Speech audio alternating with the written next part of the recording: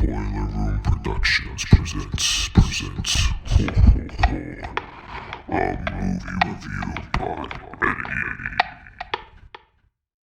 What's up, Boiler Room Gang? It's Eddie, and welcome back to my channel. And today I'm reviewing the 2017 movie Coco. But before we do that, I have a very special guest with me today, and her name is Jay. But before we get into that, I need you guys to like and subscribe, and don't forget to hit that notification button for new updates and new videos. Now, Eddie. Yeah.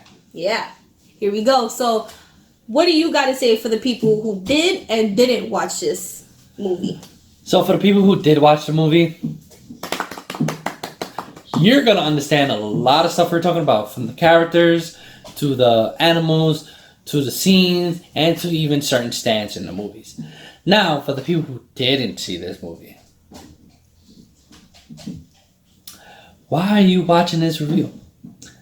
Stop right there, because I'm not gonna go further. Go watch that movie, and if you've seen that movie, come back and watch this review and tell me how you think about it. So, Jay, how many times have you seen this movie?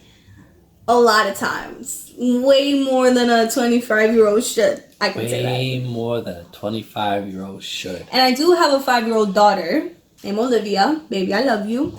And she watches this almost every day. She watches Coco almost every day and dances to all the songs and knows almost some of the things, like some of the songs as well. And it's just a very inspirational movie because I feel like it teaches you life lessons and it teaches you about different cultures and how serious other people could take certain cultures and certain holidays. Technically, it doesn't really matter how many times I watch the movie, because I could watch it 1,000 times and literally give you a 1,000 different types of answers, honestly. So I want to actually talk about the characters and like your favorite character, my favorite character, your favorite scene, my favorite scene, and just like what we would think others would think of this movie too. You know, think out the box. We gotta be original and stuff like that. Eddie, come on. Alright, since you wanna talk about the characters, why don't you tell us which character from the movie really stuck out to you? My favorite character. There's a lot of good characters in this movie. But if I had to choose one, I think it'll be Mama Imelda.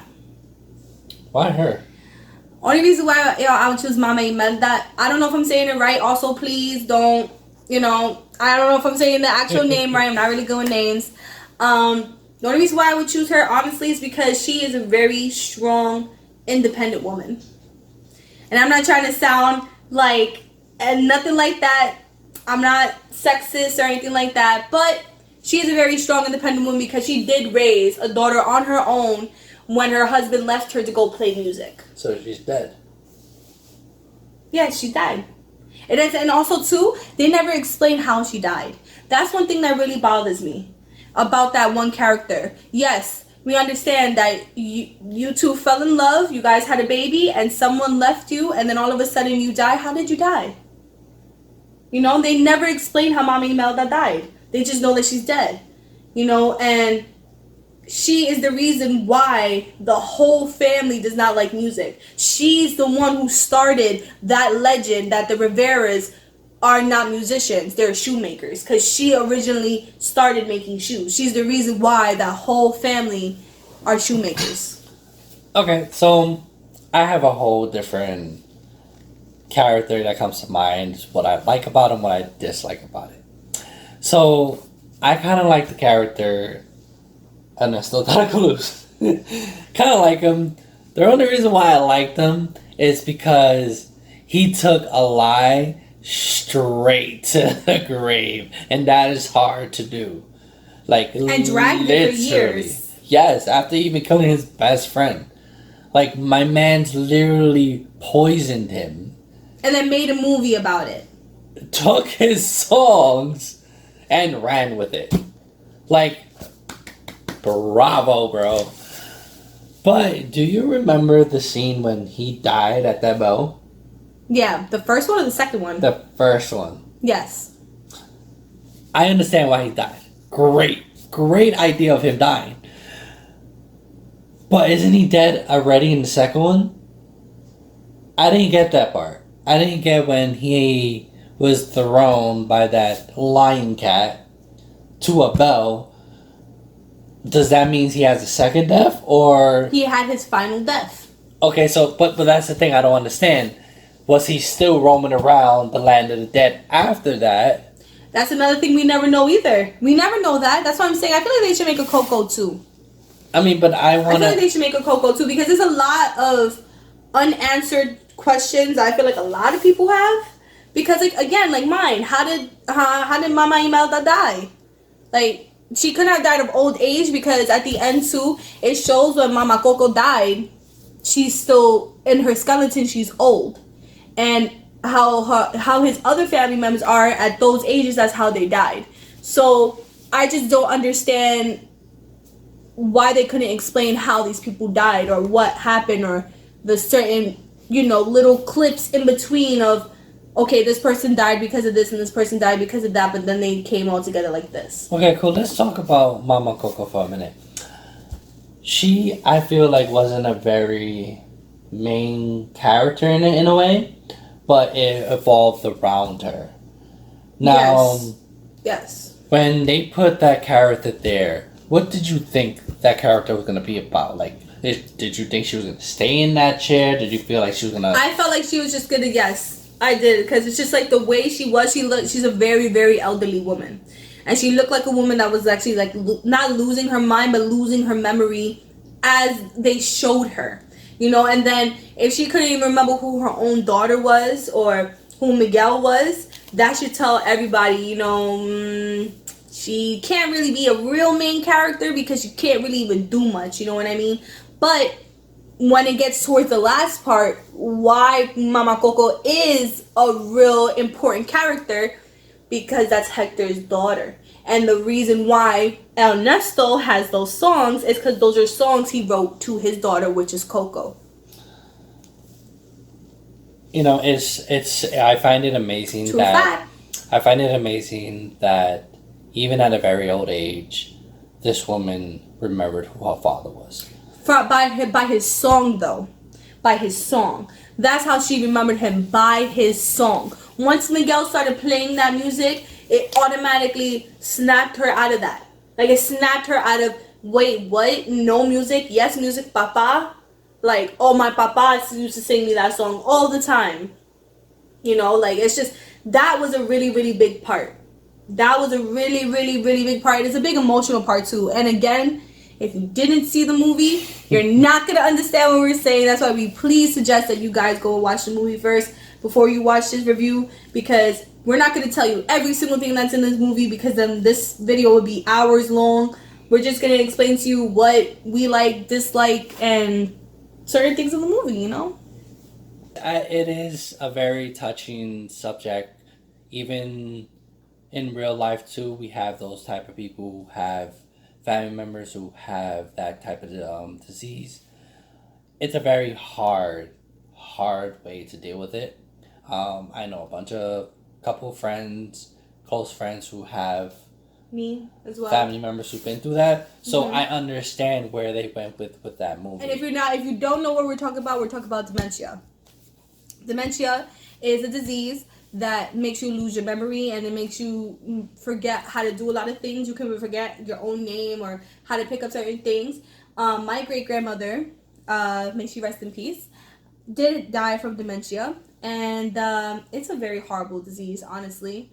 I feel like it is on the top 5 worst disease, because it's hard to see somebody lose their memory like that. And then to see in Coco a song like reminded an elderly woman. My papa used to sing that all the time, and everybody used to make sure that she didn't remember him at all. I mean, it didn't just give her memories of her father. It also gave her a little bit more of a life before she passed. Just hearing that type of song gave her energy of life. Because in that part of the movie, it looked like she was just dying. And she was just going. Yeah. So once Miguel started playing that song, I feel when her hands started moving, it just gave her a shock of life before she actually passed to actually go into the land of dead and remember everything. Yes. So I feel that was a very important info I wanted to talk about because it's a little emotional again. It's very emotional. I'm sorry. Every time I is. can vouch for me and my family, whenever we hear that song or whenever we see that part in Coco, we do start to cry. We do start to cry because it's emotional, you know? Seeing an elderly woman that just sits there and does nothing, literally nothing, she just sits there, for her to start moving around and singing something from her childhood is just so, it's emotional. It's a good emotional though. It's a very good emotional. Now, when it came time to see Mama Coco finally passed away, what was your reaction when you first saw this? Like, first saw the movie and saw when like, you first she saw passed away, her photo being put on the ofrenda. Made me cry. That part did make me cry only because Miguel's baby sister, which his mom was pregnant, which you guys will see and have saw, that she was pregnant majority of the movie, and towards the end he's carrying, which is a year later, sorry, he's carrying his sister, and then they put up her picture, and it just, in a way, it made me sad but happy because then I knew in the back of my head that she was gonna be with the rest of the family. But what threw me off was when they went to the clip of the land of the dead. Hector was alive, and there was a part that he was dying because Coco couldn't remember. And if it wasn't for Miguel going to Mama Coco and singing that song, he would have died, and she would have never, and they would have never seen each other at all. So that part to me was just like a very good, big family moment, emotional type thing. My favorite scene was when Miguel realized that Dante was his spirit guide. I feel that was a very emotional part of the scene because, remember, he basically said that he was just a stupid dog. He wasn't a spirit guide at all. But then coming to realize that he's been trying to get him to go towards Hector more, he realized that, oh wait, no, you are my spirit guide and I love you for that. He brought him astray from the street and made him into family. And then not knowing that it's meant to be, it's beautiful. Okay, well, that could be your favorite part. My favorite part would be when Hector and Miguel actually realize that they're family. So the part where they're in the sinkhole and Hector falls down because he is slowly dying, and he explains to Miguel, she's forgetting me. And then Miguel says, who? And he says, my daughter. And he starts explaining who his daughter was and stuff, and then he's trying to explain to her that he wished that he could just sing to her one last time. And as he starts to sing, Miguel realizes that song is the same song Ernesto has been promoting for as long as his career's been out, but in a different way. And then he says, my loving Coco, or like my Coco. Like, he says Coco, and then that's when Miguel's like, Coco? And then he takes out the picture, and then he realizes we're family. Like, you're my grandfather, my great-great-grandfather. And then he gets excited and says, I'm happy we're family.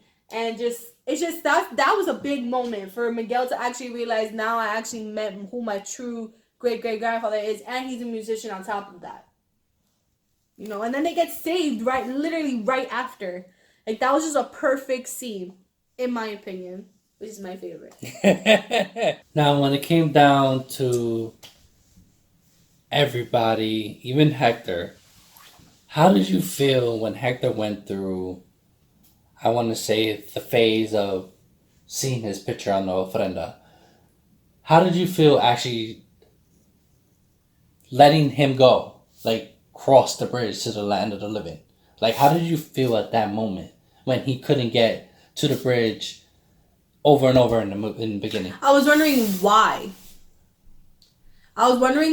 Because It was just like in the beginning of the movie, they don't explain who Hector is. And also, if we haven't explained who Hector is Miguel's actual grandfather. Great-great-grandfather. Great-great-grandfather. Sorry. Great-great-grandfather. Again, I feel like we mentioned it, but just to make sure, it's his actual great-great-grandfather.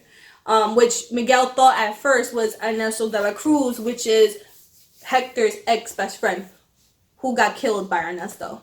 So we're gonna talk about 2 more characters, and then we're gonna try to wrap it up with the ending. Now, Dante. Dante! Let's talk about Dante. Dante! Oh my god, I love that dog. To be honest, do you feel like having Dante as a pet? Yes. Why? He's a loyal dog. That is a loyal street dog. Because every time you saw Miguel, he was right next to him. Even when he was running home, when his actual grandmother saw him at the plaza, he ran with him and he stood with him. And he went to the land of the dead with him. And then he ended up being his alebrije, which is Spirit guide. Spirit guides, yes. I mean, I feel like he was his spirit guide regardless. Yes, I was literally just about to say that. Yeah, exactly. I just feel like he was a dog that needed to be with him all the time. Like, that was I'm not saying guardian angel, I'm not going to say nothing like that. It's literally just a good spirit guide, exactly what it is. He was a great spirit guide, and I just felt like he played a big role too, because he ended up becoming a spirit guide. At first, he was just a normal dog. Then, as soon as he landed and showed care and love and affection on an alebrije, as he was talking to Miguel, he turns into one. Miguel does mention, "You really are a spirit guide, aren't you?" Boom, turns right into a spirit guide. I mean, that dog reminds me of what's that animal called? The animal from the Lion Kings, the hyenas. Ed. He reminds me of Ed from the Lion Kings. I'm so sorry, but he reminds me of Ed. I just wanted to point that out. That's and maybe you could pop up a picture right here and show them exactly who that person is, and then when you got it, exactly the people who have seen it would know. Yeah, I believe so. So our last character we're gonna talk about again is Ernesto de la Cruz. Matter of fact, no, forget it. Screw him right now. We're gonna talk about Mama Imelda. Yes. I want to talk about her. Okay. Now, this is a woman that loved music in the beginning when she first met Hector. Mm-hmm. And it affected her when Hector did not come home due to De La Cruz killing him. And then she lost that love of music. Because she thought he left her for music and never returned because of music. But that's the thing. She never knew that we got to mention this. She never knew the original reason of why he died. How he died. But that's the thing. What I wanted to know, why she didn't go figure out what happened. Why she didn't come to realize now. Because she didn't know where he went. How was she going to know where he went? De La Cruz was still alive, wasn't he? He went to play for the world. But then De La Cruz was still alive. Why she didn't confront him? He was going to lie to her regardless. Remember, he's a liar. He killed his best friend for his songs. Just because, and also too, for the people who have seen this, Hector went to go be with Imelda, Mama Imelda, and Coco. He said that he wanted to be with his family, that he couldn't do it no more. And Ernesto didn't like that. You know? That goes already to show what a type of a man Ernesto is. You also gotta understand too, she chased Miguel throughout that whole movie to avoid. I believe she tried to avoid him bumping into Hector in the beginning. No. I feel like... I don't feel that way. You don't? Why not? No. I feel like she just wanted him to go home because she knew by sunrise he was going to turn into like one of the people from the land of the dead, that he was practically going to basically die. But she was upset at first when she did see Hector and Miguel together too. Yes, but she didn't know. Why you think as soon as she saw him, she's like, Hector.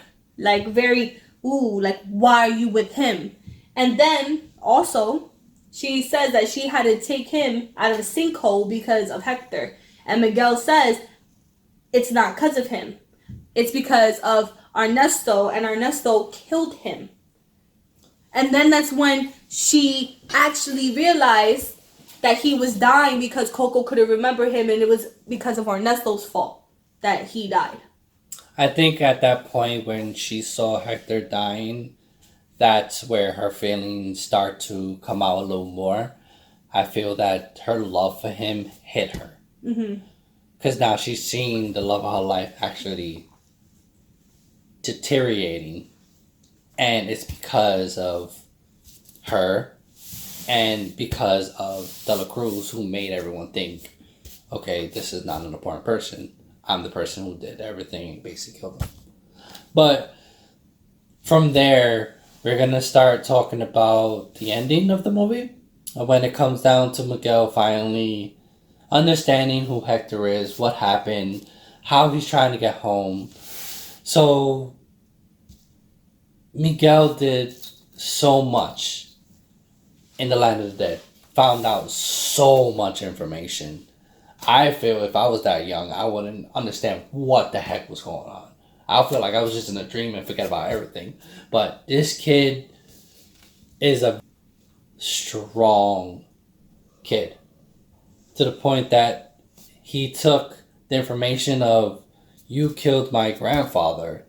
Now I'm trusting you, but now I gotta go find my grandmother to send me home to have him put on an ofrenda and to basically tell the world, you did this and he's the real man. What do you think about that ending? Like, how do you take that? That I feel like you shouldn't base certain things that you think you know off of a picture. Because you got to remember too, Miguel thought Ernesto was it because of his guitar in the picture. So again, he based it off a picture. And then Hector needed someone to put his picture on the ofrenda. And then also, if it wasn't for Hector explaining that he wanted to sing that last song of Coco, him taking out the picture, everything realized that, oh, this is my great-grandfather. We're family. Now, I could technically get your blessing because you are a musician. So that, once that part happened, and whew, like my mind just went, woo! Like it was like a whole plot twist just went in there. Now, one thing I want to talk about with that is when that last part, when the sun is rising and Hector's literally dying. Like, when that part came, Miguel realized that family is first. Family is always first. That I really can't base nothing off of anything unless my family tells me. Because I feel like if Coco could have really spoke to Miguel, she would have told him who my dad is. Like, who her dad is. But that's the thing. Again, when I said before, it gave her a life. It also gave her the memory of who her daughter was, too. Because remember, she didn't even know who her daughter was. Yes. Yeah. Until the ending. Literally, I feel her father gave her life and gave her everything back. Just by one song. Alright, Barroom Gang. I feel like I got everything that I wanted to talk about. Did you get everything you wanted to talk about? Yeah, pretty much. I feel like more of you guys, the viewers, should maybe comment and let us know how you feel about Coco or how you felt about our opinions on Coco. And also, another thing I was thinking about, you know what I was thinking about, Eddie? Mm-hmm. I wonder if they subscribed yet. Wait, you're not subscribed? What's wrong with you?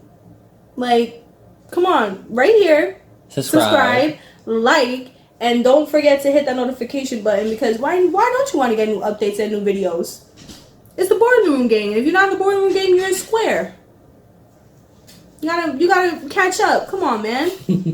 Nah, but I feel like we pretty much hit the point.